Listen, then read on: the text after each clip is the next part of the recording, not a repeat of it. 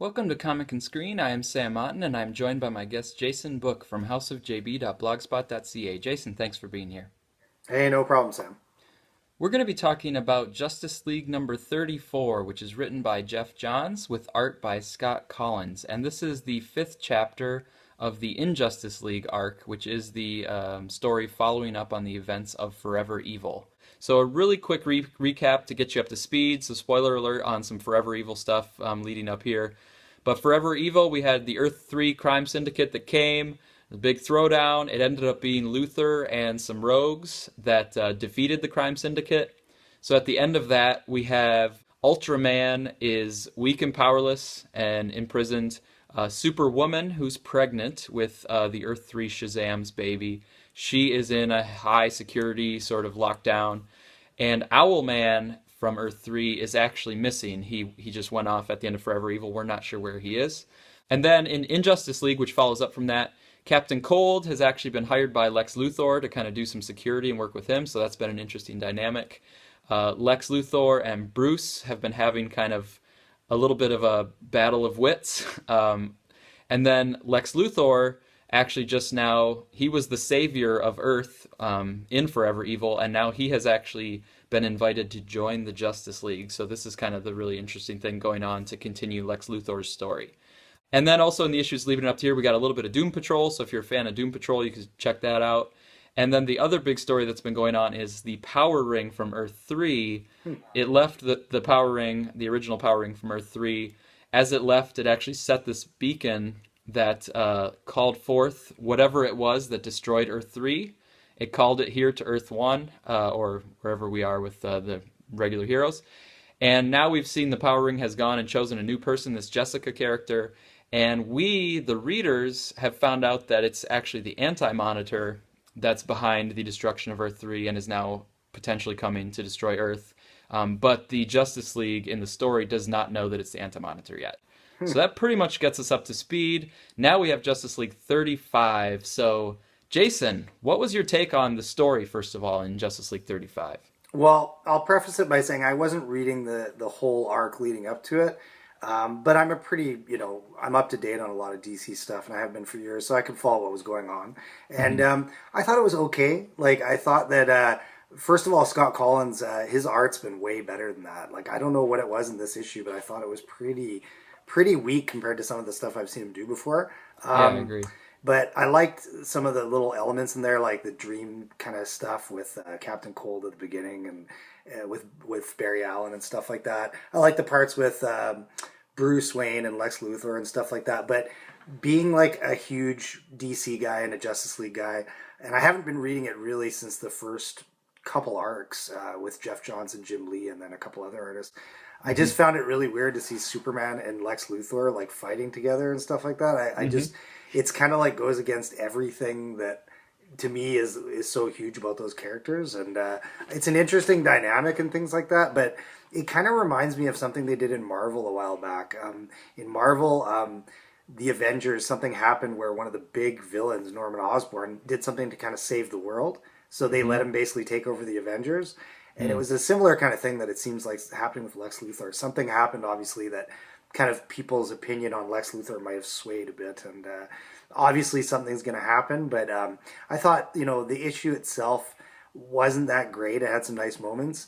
And also, it fell victim to one of the things that a lot of great comics do, or good comics do, I should say. The cover art was really good by this Jason Fabok guy. Yeah. Really good. Like, he's kind of a Jim Lee clone, but he's really good at what he does.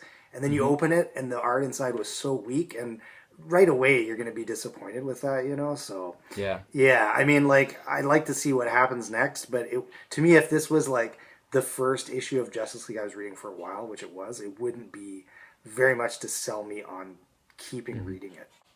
Yeah, so first of all, on the art, I got some thoughts. So Jason Fabok is going to be taking over Justice League, and you're right, his style is very much kind of like a Jim Lee style. I'd agree with that description. So they had him do the cover as a sort of, I think, like a preview of what's to come in just a couple months with Justice League. And Jason Fabok, actually, if people are interested in his art, he's got a really great blog where he will actually post images of his art in progress and he'll give some really good insights into how he thinks about the characters.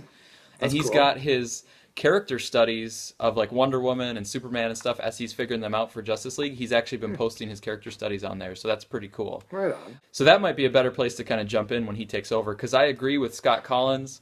Yeah, like he's had I some was really not good that work. impressed. Yeah, it's not very good, eh?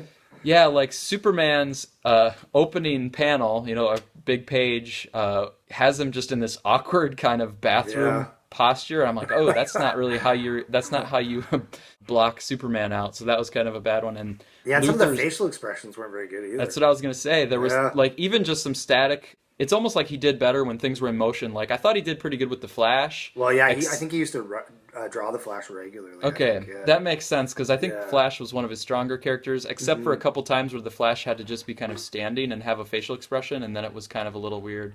Some of Lex Yeah. Luthor's like face and necks were a little distracting. I wouldn't be So surprised if they kind of, because it said it was an epilogue issue, if maybe they weren't planning this originally and they were like, oh, we need to like kill some time before the next guy takes over, because if he has a Jim Lee kind of clone style, Jim Lee's famous for taking a long time, so that could be yeah, it. right, yeah, and also this issue. So story wise, I mean, it doesn't really bring anything to conclusion, but it does set up, I think, some things that are to look forward to in the next couple issues. Can I So ask I'm you a not question? Yeah, I'm not going to give away, the big thing at Yeah. the end, but people have to read it for that. But Where's go Green ahead. Lantern? Like Hal Jordan, he's got his own book still. Why isn't he part of the Justice League? Yeah, he actually exited the scene even before Forever Evil, so Right. he's been off for a while, and I think that's kind of made room for the Power Ring to come in as a pretty big part of the story. And so now we have Jessica trying to figure out the Power Ring, which is from Earth 3, so it behaves very differently than like Hal Jordan's ring. Yeah. But yeah, he's been gone for a while doing his own stuff kind of out in space. Right. Well, I'm all for another female character. I think it's cool. I don't know with Captain Cold as well. Like that dude needs like a makeover for like to look. That costume looks kind of silly with the Justice League. Like when he was sitting there in those scenes with just the glasses on, it Yeah. looked kind of funny, man. Like it Yeah, really, it didn't right. work. Yeah, I agree. There were some spots where he seemed like art-wise, he seemed like a couple steps down from kind of what everybody else was doing. Well, and also the Flash rogues really work well because they're very weird and they're kind of together. But when you put them with other characters that they don't normally appear with, they kind of stand out. Yeah, I Yeah. agree.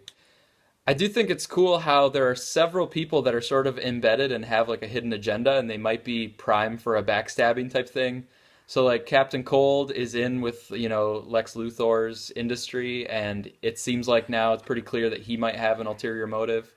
And then Lex Luthor is in the Justice League, and he was under like the lasso of truth and stuff, and he says he's not going to be betraying the Justice League.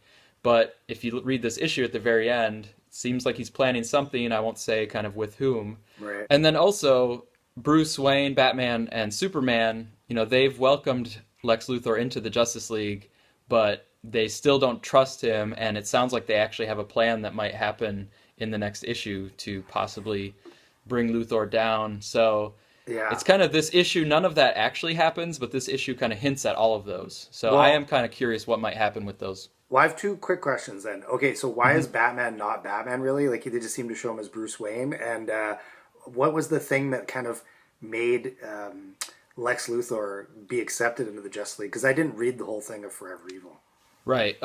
So in terms of the Batman, I mean, so he is still Batman normally. It just happened to be a couple extended scenes where he Okay, was Bruce Wayne here. cool. So there's nothing really to read into that one. Okay. But Lex Luthor, basically the Justice League in Forever Evil, they were actually all trapped inside Firestorm. And so the villains were actually the ones that had to rise up and save the planet. So they're basically saying like, hey, we're villains. We're usually doing kind of evil stuff, but this is our planet, so we aren't going to let it be taken over by the crime syndicate. So Lex Luthor kind of rose up and led some villains to actually push back and eventually defeat the crime Right. syndicate. And in Okay. the final, so in Forever Evil #7, that's kind of the big climax. It really is Lex Luthor that kind of turns the tide and gets the victory.